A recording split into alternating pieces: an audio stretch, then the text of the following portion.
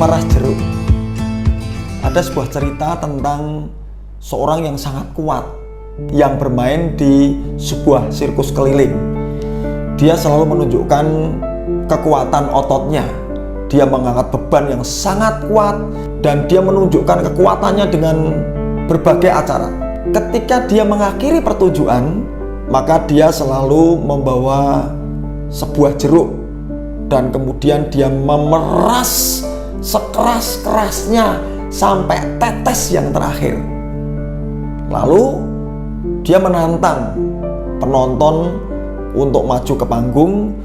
Siapa yang bisa memeras jeruk itu sampai menetes satu tetes saja, maka penonton itu berhak mendapatkan hadiah jutaan rupiah. Akhirnya penonton berlomba-lomba untuk maju ke depan memeras jeruk, mendapatkan tetes air jeruk tadi. Mereka kemudian bergiliran untuk memeras jeruk tadi. Ada yang gemuk badannya dan dia yakin bisa memeras jeruk tadi. Dan ketika dia peras begitu rupa, ternyata tidak netes. Berarti orang kuat tadi sudah betul-betul memeras dengan kekuatannya. Orang gemuk tadi tidak bisa. Kemudian datang lagi orang yang body suspect, kuat begitu rupa. Lalu dia mencoba memeras jeruk, tidak bisa juga. Bergiliran satu persatu penonton yang mau mencoba kekuatannya untuk memeras jeruk dan menghasilkan satu tetes air. Tidak ada yang bisa. Orang kuat tadi berkata kepada penonton yang hadir, "Oke, tidak ada yang bisa memeras air jeruk. Saya beri satu kesempatan, siapa yang bisa memeras air jeruk ini?" Ada? Ternyata ada nenek-nenek yang sudah tua, pelan-pelan maju ke panggung. Semua penonton jadi heran. Ini bisa apa? Orang yang gemuk, orang yang suspek, orang yang kuat memeras jeruk aja tidak bisa. Ini orang tua renta mau lomba untuk memeras jeruk.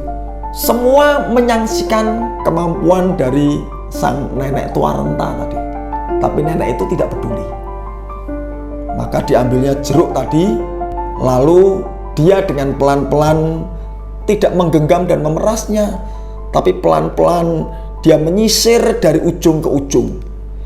Dia ulang berkali-kali, dia nyisir dari ujung ke ujung.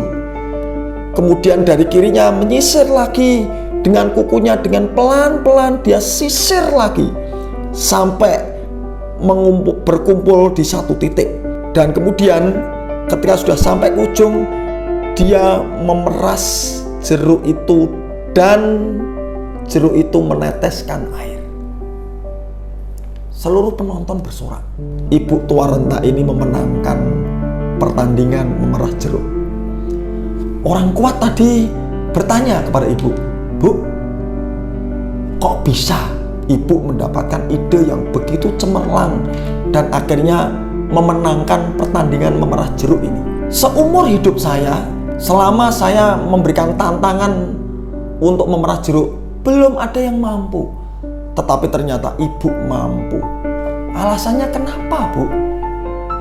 Ibu tadi menjawab, "Nak, saya sudah tua, sudah cukup untuk mengalami penderitaan yang begitu berat. Suami saya meninggal saat anak-anak saya yang 5 itu masih kecil-kecil. Saya harus membanting tulang untuk mencari suap nasi demi mereka, berjuang mati-matian. Apapun saya kerjakan supaya 5 anak saya ini tetap hidup. Saya lakukan apa saja dan saya bisa mendidik anak saya sampai sekarang. Kalau hanya memeras jeruk seperti ini, apa sih yang sulit? Hidup saya lebih sulit daripada hanya sekedar memeras jeruk." Teman-teman sekalian, ilustrasi ini indah. Coba kita renungkan dalam hidupmu. Betapa kerasnya hidup ini, betapa susahnya hidup ini, betapa hidup ini penuh dengan pertarungan dan pertempuran yang dahsyat, yang luar biasa. Sehingga kadang-kadang kita membutuhkan darah dan air mata untuk dapat berjibaku, menutupi kebutuhan kita sehari-hari, menyekolahkan anak, menutupi kebutuhan-kebutuhan yang lain. Sirah tinggu sikil, sikil tinggu sirah.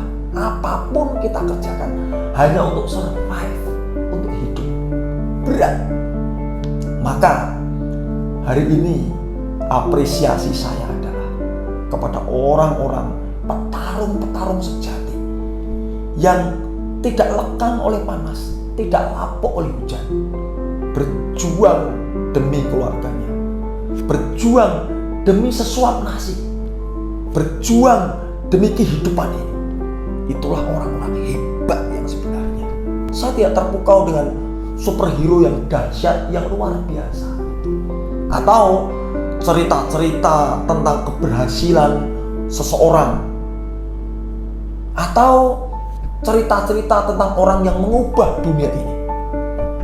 Tetapi hari ini saya harus hormat, appreciate, respect kepada ibu-ibu, mbok rondo yang harus berjuang mati-matian untuk tetap hidup dan menghidupi anak-anaknya. Hormat kepada bapak-bapak yang mati-matian berjuang untuk keluarga dan anak-anaknya. Kepada siapapun dalam keterbatasan mereka, dalam ketidakmampuan mereka, dalam situasi yang paling sulit sekalipun, mereka tidak menyerah. Bukan untuk dirinya sendiri, tetapi untuk kehidupan bagi orang-orang di sekitarnya. Bagi saya, inilah orang yang kuat sebenarnya, orang yang dahsyat sebenarnya. Mbok-mbok di pasar, tukang sapu di jalan, tukang becak, pedagang kaki lima yang hari ini makan apa, besok makan apa tidak tahu, tapi pantang menyerah, tetap berjuang untuk sebuah kehidupan. Mereka lah